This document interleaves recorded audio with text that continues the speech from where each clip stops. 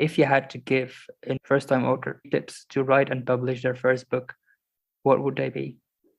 That's a good question. That's a big question too.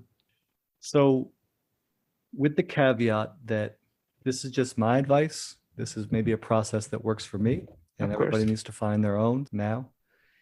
If you work hard on your plan, on your outline before you start writing, and you work hard on your editing after you finish writing. So if you really put time and effort into the pre-writing process and the post-writing process, it's really hard to have a bad piece of writing, right? I think where a lot of first-time authors can get stuck is I'm going to sit down and start writing.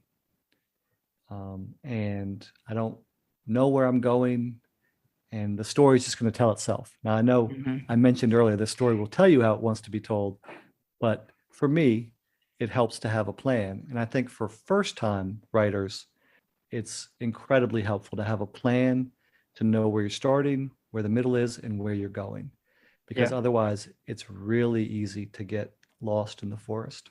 So my advice is spend time and effort on an outline, and spend time and effort editing, pre and post writing. If you do those two things, you'll almost certainly have a good piece of writing.